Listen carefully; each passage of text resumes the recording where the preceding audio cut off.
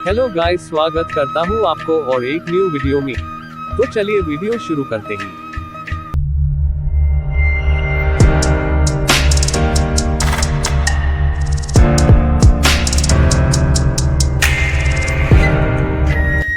भीष्म के जन्म और युवावस्था का वर्णन मुख्य रूप से महाकाव्य के आदिपर्व ग्रंथ में किया गया है। वह चंद्र वंश के राजा शांतनु और उनकी पहली पत्नी गंगा, जो एक नदी देवी थी, के एकमात्र जीवित पुत्र थे। ऐसा माना जाता है कि वह द्यो उर्फ प्रभास नामक वसु के अवतार थे। पौराणिक कथा के अनुसार राजा प्रतीक के सबसे छोटे पुत्र और कुरु साम्राज्य के राजा शांतनु शिकार यात्रा पर थे, जब उन्होंने गंगा नदी के तट पर एक सुंदर महिला को देखा। उसे उससे प्यार हो गया और उसने उससे शादी करने के लिए कहा। महिला उसके प्रस्ताव पर सहमत हो गई, लेकिन एक शर्त के साथ कि वह कभी भी उसके कार्यों पर सवाल नहीं उठाएगी, और यदि यह शर्त तोड़ी गई तो वह उसे छोड़ देगी। शांतनु ने इसे स्वीकार कर लिया और उसके साथ सुखी वैवाहिक जीवन व्यतीत किया। हालांकि जब बच्चा पैदा होता था तो रानी उसे गंगा नदी में बहा देती थी।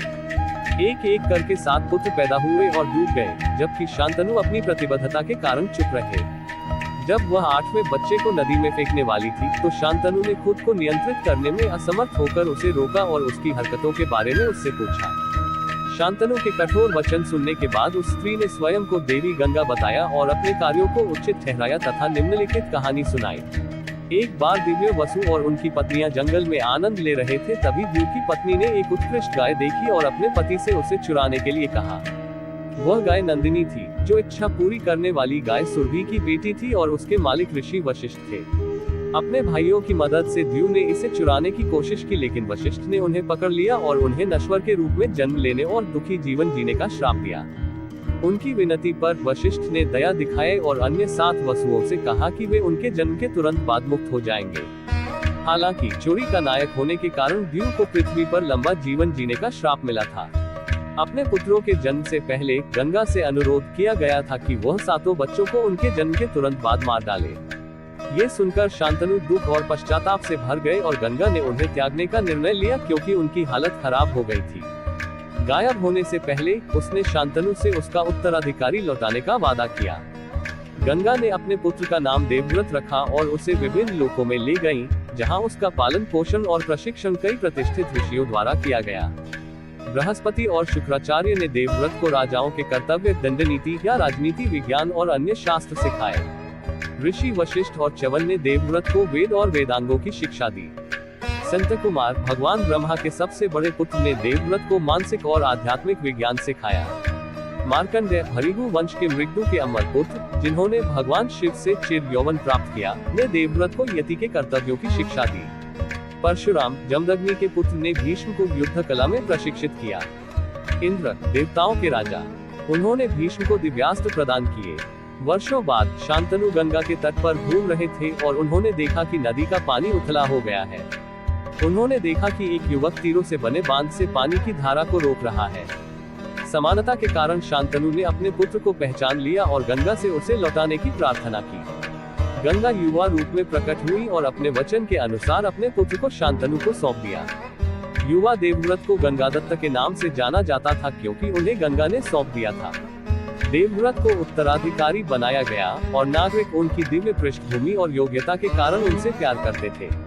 इस बीच शांतनु जंगल में गए और सत्यवती नाम की एक मछुआरे से मिले, जो यमुना पार करने वाली नावों का संचालन करती थी।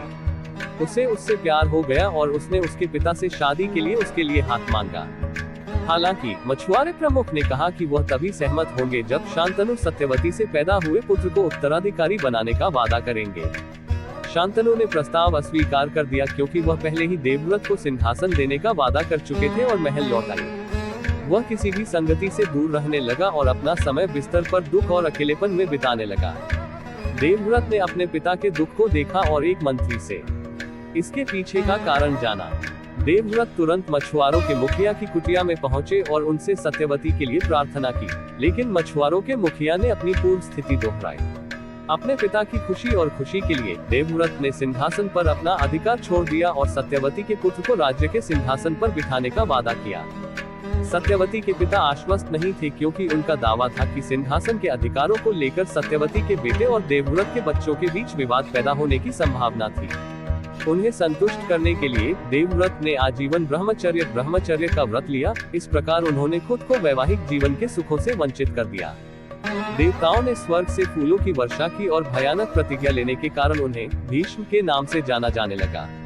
मछुआरे की सहमति से भीष्म सत्यवती को रथ पर बिठाकर उसके पिता के पास ले गए और अपनी प्रतिज्ञा के बारे में बताया।